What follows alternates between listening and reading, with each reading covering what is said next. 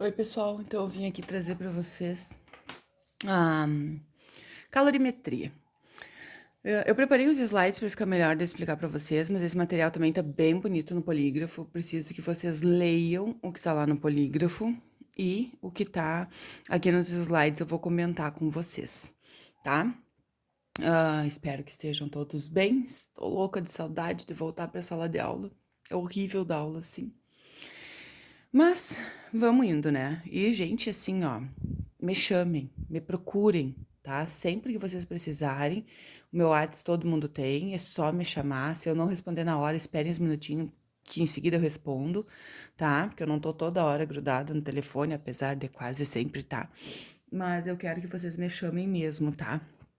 Quem me chama sabe que eu não me importo com isso, podem me chamar, tá? Então vamos ver o que é calorimetria.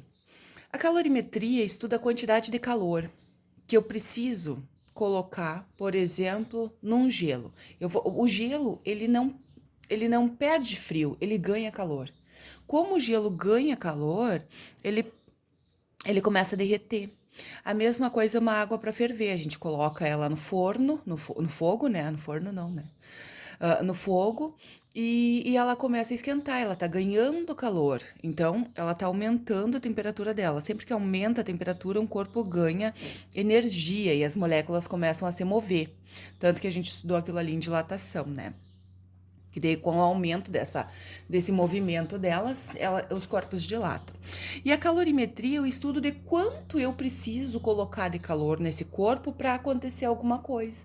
Para uma água ferver, para eu esquentar só água para o café, para esquentar água para o chimarrão, para qualquer coisa para um gelo derreter, né? Por exemplo, vou fazer um café com leite, né? Eu gosto de cafezinho preto, assim, né? Misturado com um pouquinho de leite. Aí o que eu fiz? O meu café tá muito quente, aí eu vou e boto um pouquinho de leite frio. Então eles vão trocar aquele calor, um pouco do calor do leite, do café vai passar pro leite e eles vão ficar numa temperatura mais gostosa, tá? Pra gente tomar, não fica nem muito quente nem muito frio. Por quê? Porque eles trocaram calor. Então, o que que diz aqui, ó? Vamos seguir aqui o que que diz, não vai acabar meu tempo de memória aqui, eu não vou explicar nada para vocês. Calorimetria. Quando colocamos dois corpos com temperaturas diferentes em contato, observamos que a temperatura do mais quente diminui e a do mais frio aumenta. Isto é, em que ambos os corpos apresentam temperaturas iguais. Então, é o que eu falei para vocês do exemplo do café com leite, né? Um tá mais quente, outro tá mais frio, o que tá mais quente doa calor pro que tá mais frio, tá? A temperatura vai sempre do corpo mais quente para o corpo mais frio. Essa relação é causada pela passagem da energia térmica, ó. Energia térmica de um corpo mais quente para um corpo mais frio. A transferência de energia é chamada de calor. Tranquilo aqui então? Então, calor. O que que é calor? É a transferência de energia térmica entre corpos com temperaturas diferentes.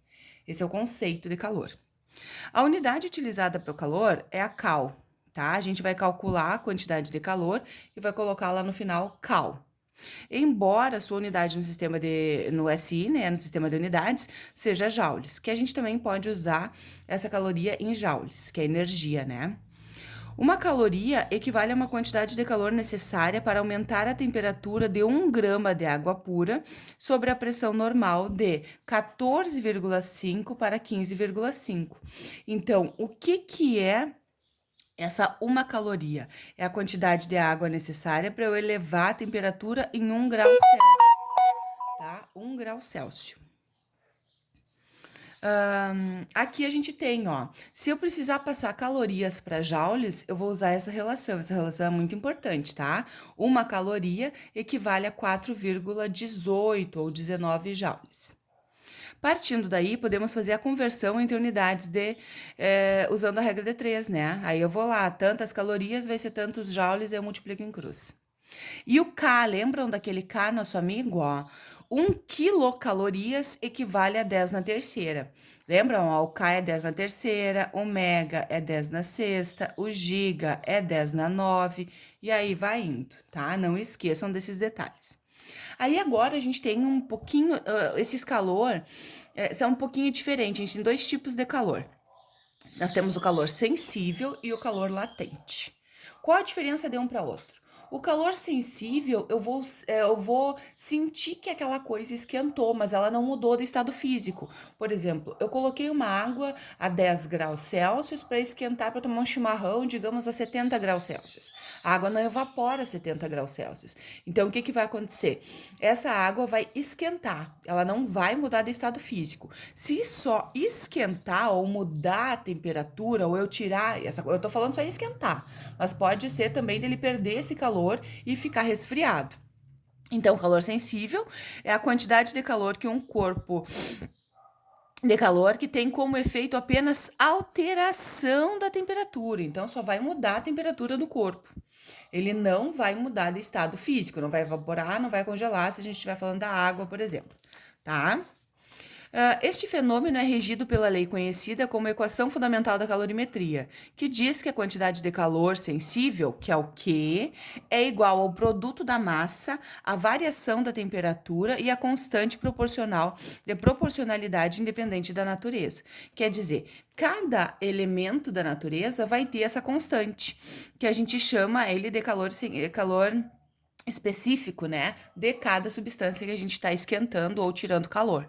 Então, eu vou fazer três coisas. Ele é o produto da massa, da variação da temperatura e essa constante de proporcionalidade. Ou seja, o calor, que a gente vai representar por quê, quantidade de calor, é esse Czinho vezes a massa vezes a variação da temperatura. Vamos botar o T aqui, né?